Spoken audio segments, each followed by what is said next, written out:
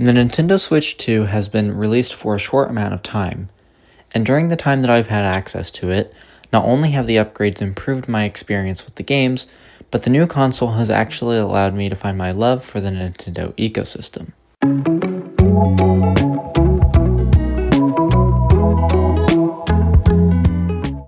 When it comes to the unboxing, I'm not going to go too deeply into it as I'm sure you've watched many videos about it, but as a quick summary, when opening the box, you'll receive the Joy-Cons and tablets, the wrist straps, the Joy-Con grip, the Switch 2 dock, and the Switch 2 charger.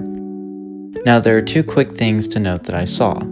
Firstly, the Switch 2 dock is basically the same as the Switch OLED dock in terms of features. Specifically, USB-C for power, HDMI for video output, Ethernet/LAN support for faster internet connection, and two USB-A ports on the side. Secondly, the charger that you receive for the console is actually two separate pieces, which would be the cable and then the charger block, as compared to what we usually see from them, which is usually just one whole piece. In terms of the Joy-Cons, the analog sticks feel smoother when moving them around, but the travel distance that they have feel fairly similar to the Switch 1. As for the buttons and triggers, everything feels fairly the exact same except just being a bit bigger and more fresh. Granted, that fresh feeling is probably due to the console being new.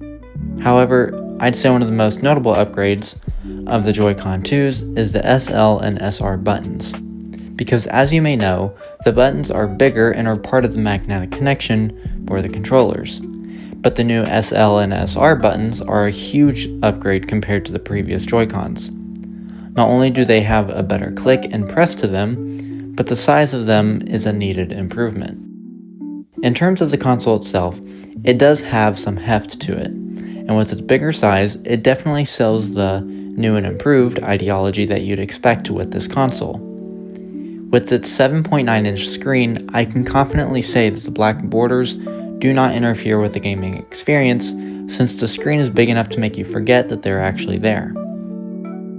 In terms of the rear kickstand, I'm also confident that you shouldn't have to worry about it being flimsy, as the kickstand is actually made of metal compared to the plastic body, which also doesn't really feel cheap either. My only concern is with the exhaust. Specifically, the Nintendo Switch had an issue where some users reported their exhaust vents breaking due to the heat.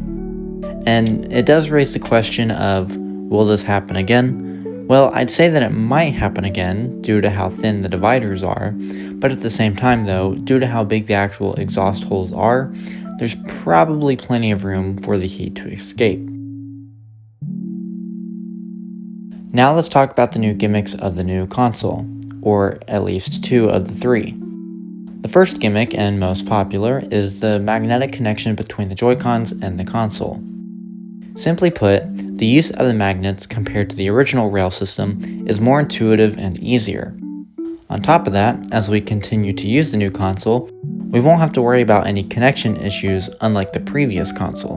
And if you don't know what I'm talking about, there were many users reporting that due to connecting their Joy-Cons on and off the system, it actually broke the small plastic clips that held them secure on the Switch. But with the Switch 2's magnets, issues like this won't really exist anymore.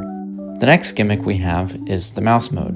Now personally, I can't really say too much considering that I don't own any games that take advantage of it, but from what I've seen and have done, it's a gimmick that is cool, but I'm not sure if people will like the comfort of it. Now while there are already third-party mouse grip accessories, I do know that a lot of people would like it if they added support for an actual mouse setup.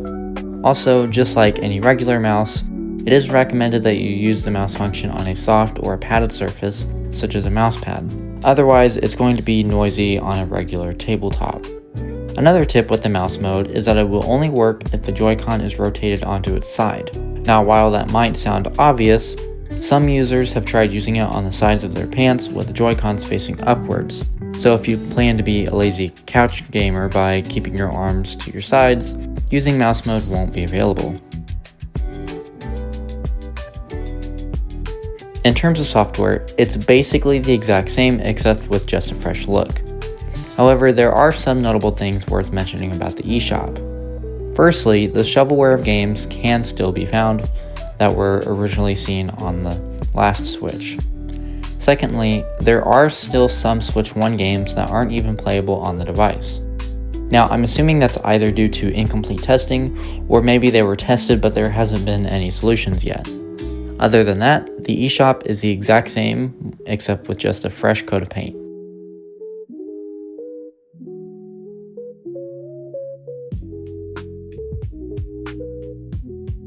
Also, if you're someone who had any digital currency on your old Switch console from the previous eShop, it does carry over as soon as you log in. Now with this, I primarily wanted to go over some things that you should probably watch out for.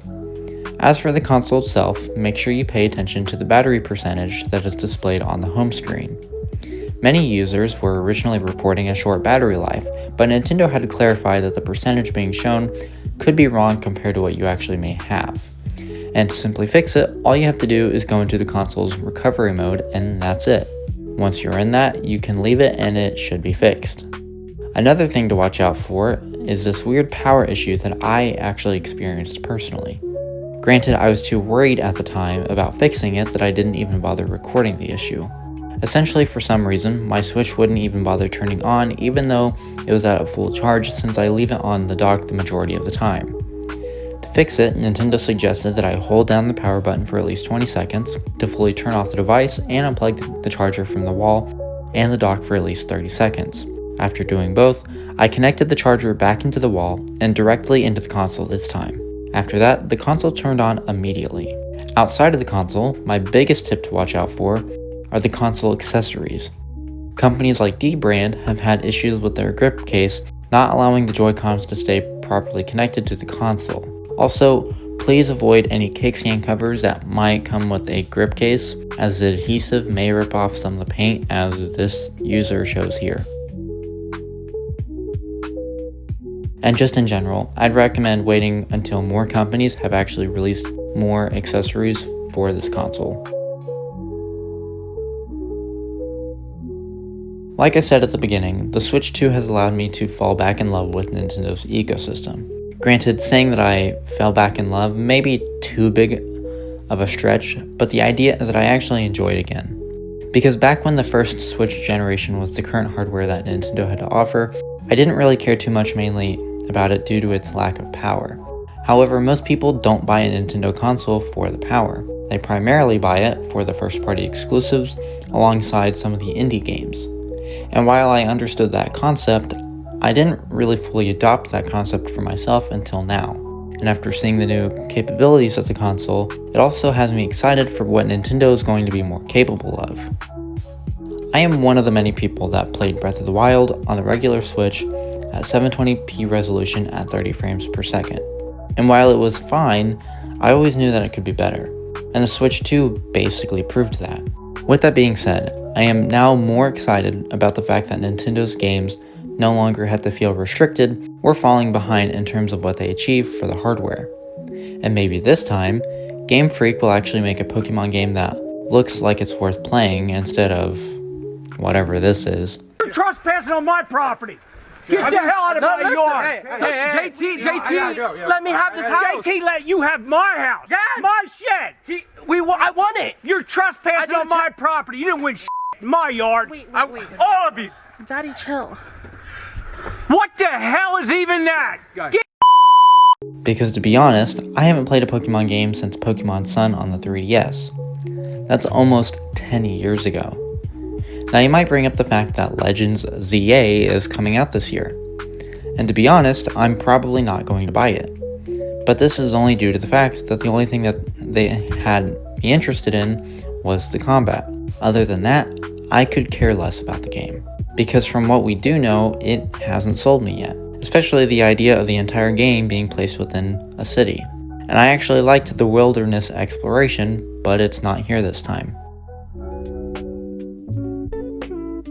But to go back to my original point of the video, if you're someone who has yet to get a Nintendo Switch 2, I'd suggest that you buy one when you can, because this new system has seen major improvements compared to its predecessors. Not just from how it looks and feels, but also from how it plays. And while current playable games do feel more consistent with this new hardware, it's an investment into what they can potentially do with more later on.